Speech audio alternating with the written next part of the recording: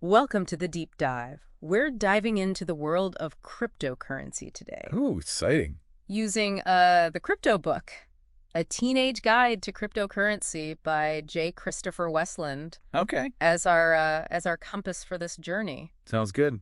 And So- I think it's pretty amazing to think that Yeah. something like cryptocurrency, which seems so cutting edge, yeah, is actually so deeply rooted in the history of money yeah, and the history of value. absolutely. And we're going to uncover how practices from like Mhm. ancient civilizations and historical events actually foreshadowed the digital revolution that we're experiencing today. So you brought in this book about cryptocurrency. Yeah. And we're on a mission to sorry. understand not just what cryptocurrency is, Right. but how we even got here. Absolutely. And it seems like we're going way back in time. Yeah. Like even before money as we know it. Yeah. Why is that important?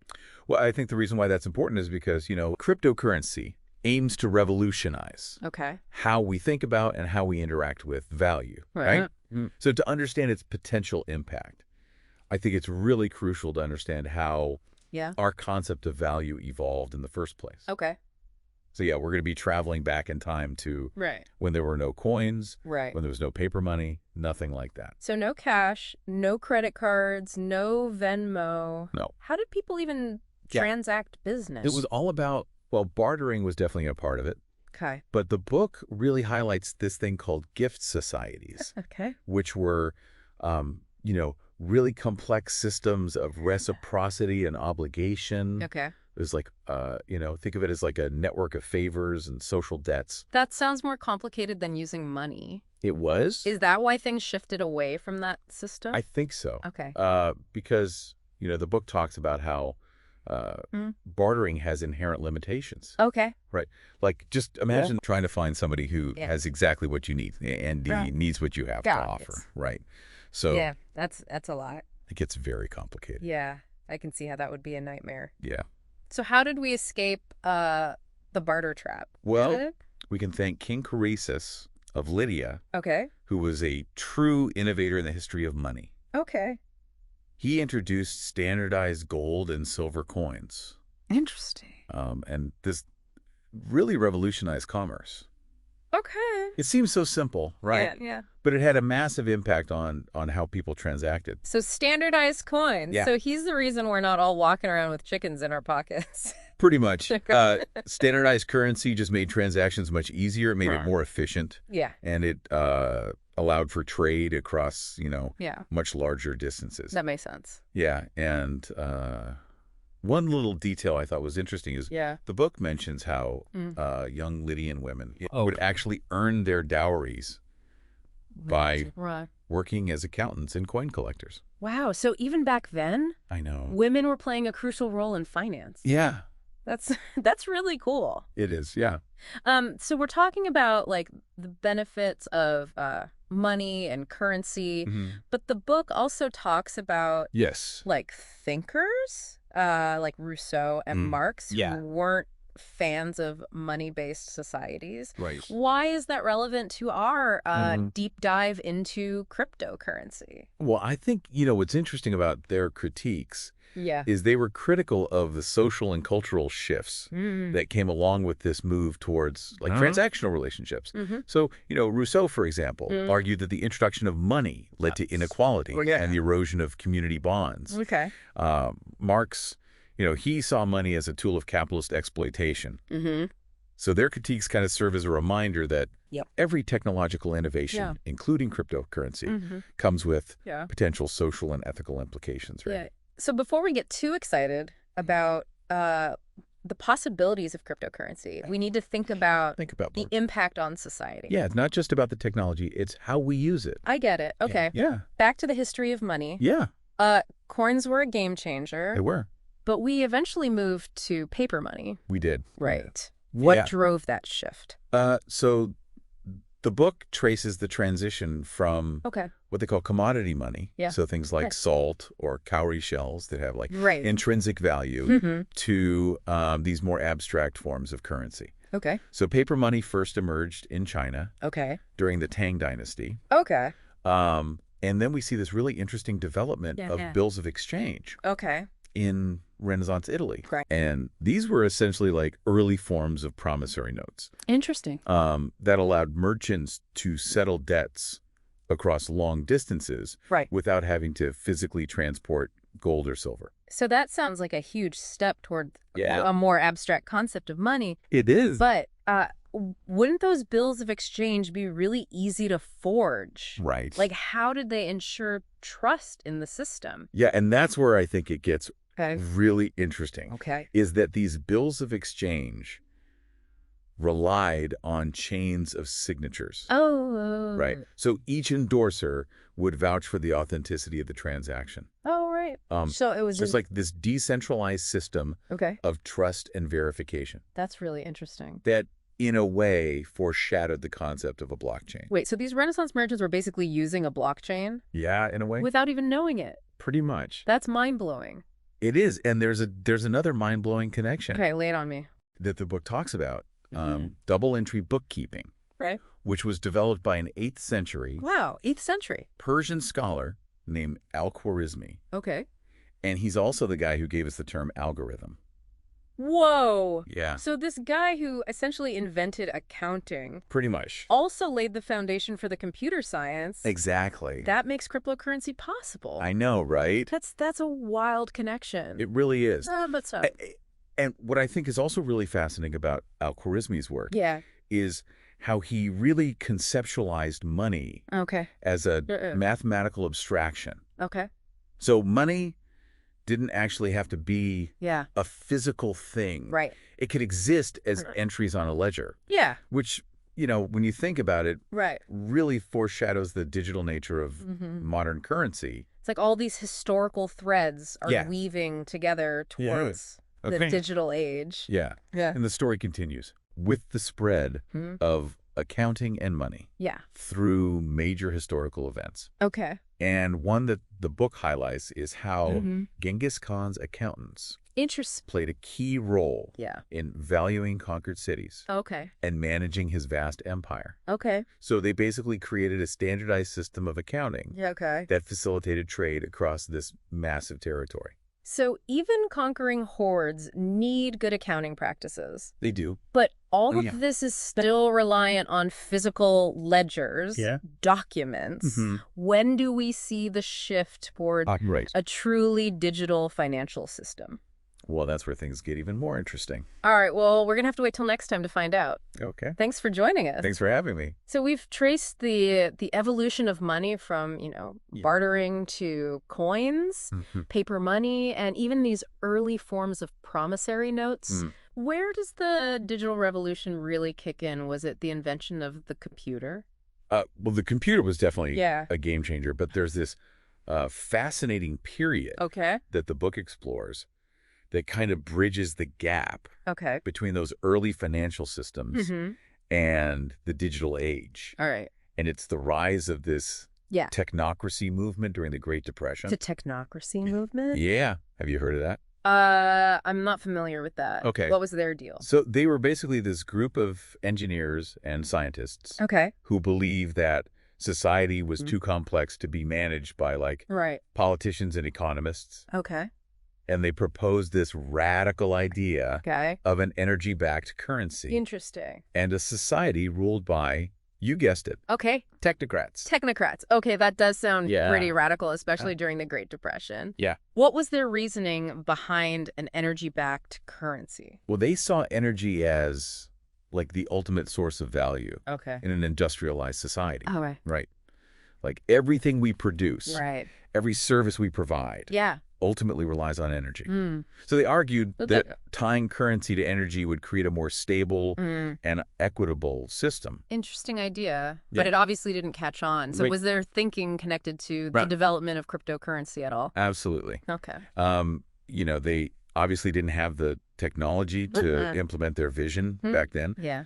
But their ideas about a decentralized, resource-backed currency really foreshadowed some key concepts of cryptocurrency. Okay. It's like they were planting seeds that would take decades to germinate. So the technocracy movement, despite not succeeding still played a role in shaping the intellectual landscape that led to cryptocurrency? I think so. That's fascinating. Yeah. But before we get to the birth of Bitcoin, Yeah. the book takes this interesting detour It's into the history of counterfeiting. Yeah. Why is that important? Well, because the challenge of counterfeiting has always been kind of a driving force in the evolution of money. Okay. And as technology advanced, so did the methods of counterfeiting. Right. So the book talks about how advancements in printing technology in the 20th century made it easier than ever to produce fake money. And this was happening right at the time. It was. When computers and digital technology were starting to take off. Was that just a coincidence? Not at all. Okay. The rise of digital tools created both a problem and a potential solution. Okay.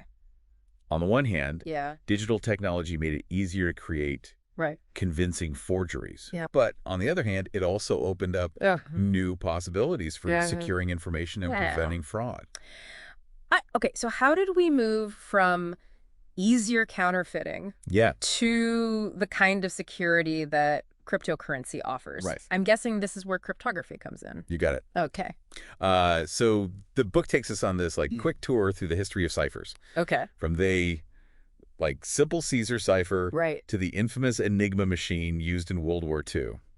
And it highlights the evolution of one-way encryption as being a crucial element in the development of cryptocurrency. One-way encryption. Yeah. Remind me how that works again?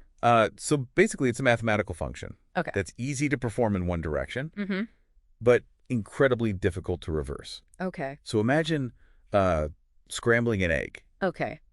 Easy to do. Right. Practically impossible to unscramble. Yeah. That's the basic idea behind one-way encryption. All right, I get the analogy. Yeah. So how did this type of encryption become so important for cryptocurrency? Because it's the foundation of blockchain technology. Okay.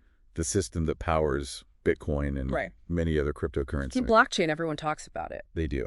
But I'm still not entirely sure I understand how it works. Okay. Can you break it down for me? So imagine a digital ledger. Okay. That's distributed across a vast network of computers. Right. Each transaction is recorded on this ledger. And once a block of transactions is added, it's permanently linked to the previous blocks, creating a chain. Okay. Hence the name blockchain. So it's like a public record of every transaction. Yeah, pretty much. And once it's recorded, it can't be changed. Exactly. Okay, that makes sense. Yeah. But how does that prevent counterfeiting? Well, this is where the one-way encryption comes in. Okay. So each transaction is encrypted using these complex algorithms. Okay. And the blockchain uses a process called mining. Okay. To verify and add new blocks to the chain. Mining. Yeah. Like digging for gold. It's a bit different from digging in the dirt. Okay. But the analogy is helpful in understanding the concept of work and reward. Okay.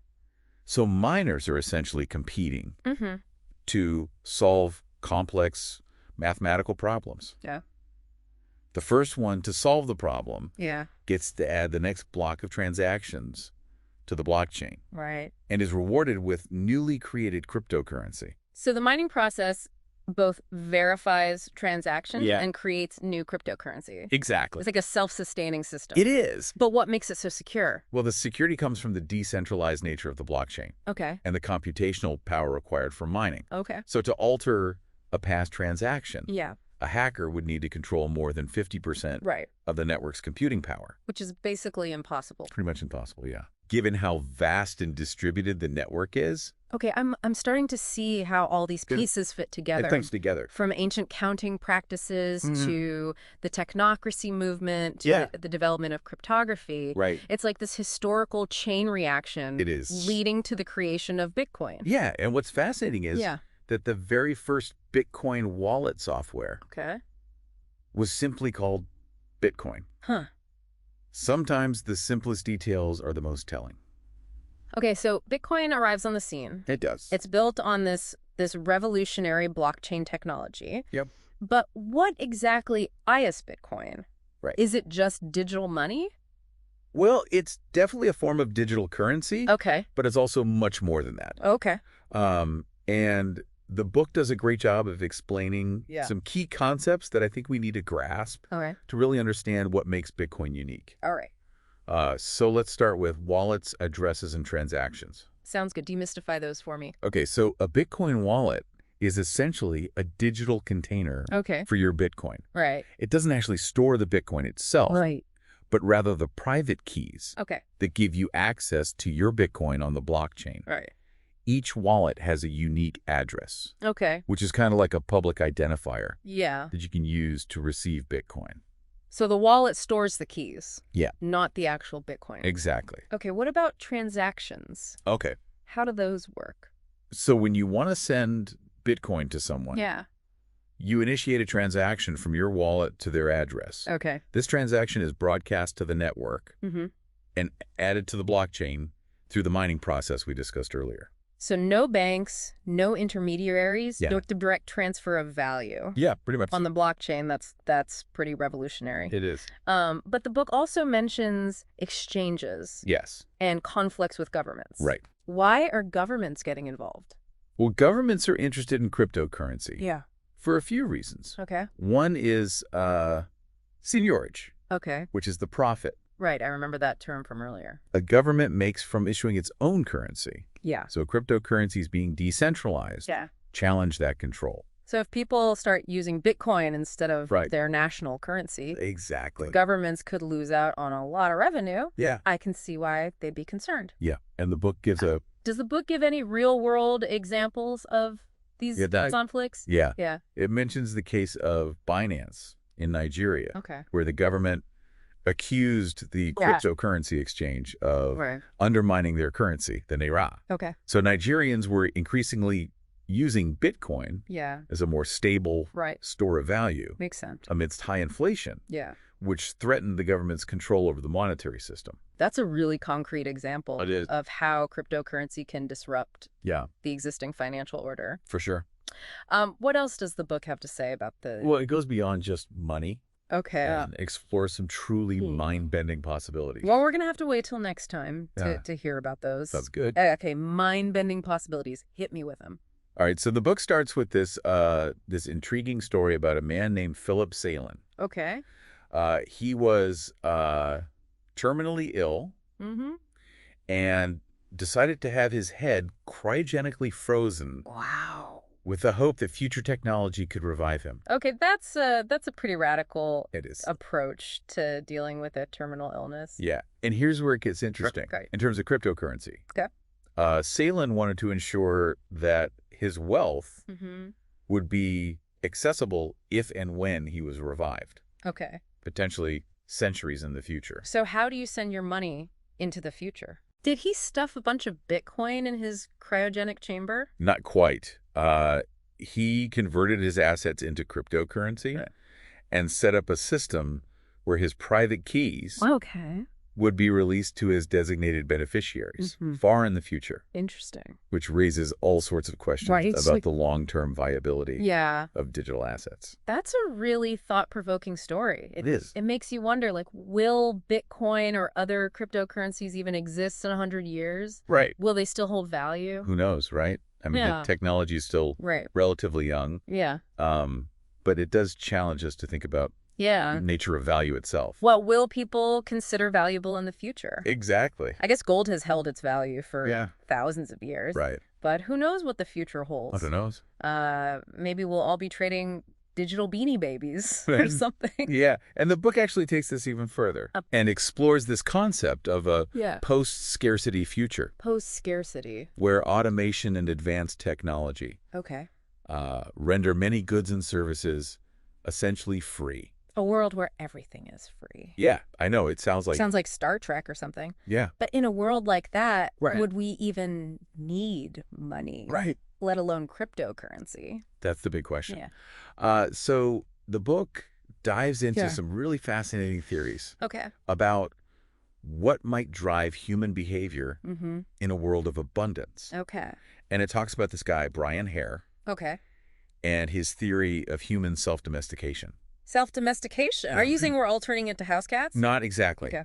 But his theory suggests that humans, over millennia, have self-selected for traits like cooperation and reduced aggression. Okay. So essentially, we've domesticated ourselves. We've domesticated ourselves. Which has allowed us to build these complex societies. So we're like super chill, collaborative humans. Yeah, in a way. Okay. And in a post-scarcity world, where survival is no longer a primary concern, Hare believes that human creativity and our drive for connection will become even more central.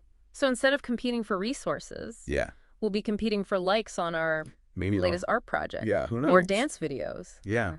But the book suggests that artists, creators, and those who can build and foster communities might become the most influential figures in a post-scarcity world. Wow, that's a pretty radical shift. It is. From how we think about value today. Right, and it raises these fascinating questions about the role of cryptocurrency in a world like that. In a post-scarcity world. Will it become a means of exchanging creative output, a way to measure social capital? Or will it become completely irrelevant? I guess only time will tell. I think so. But this deep dive has really opened my eyes to this vast historical and conceptual landscape that cryptocurrency is a part of.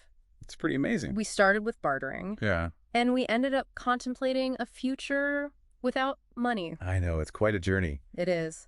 And what I think is really striking is how cryptocurrency, for all its technological complexity, is deeply connected to our long history of innovation, our evolving relationship with value, and even our fundamental human nature. It seems like the big question isn't just about whether Bitcoin will succeed or fail. It's about what we, as a society, will choose to value in the future.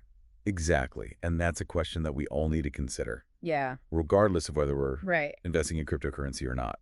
Well said. Thanks for taking us on this deep dive. It's been my pleasure. It's given me a lot to think about. And to everyone listening, I encourage you to keep exploring, keep questioning, and keep learning. Absolutely. The world of cryptocurrency is just one facet. A much larger and constantly evolving conversation about value, technology, and the future of human society. Awesome. Thanks again for joining us. Thanks for having me.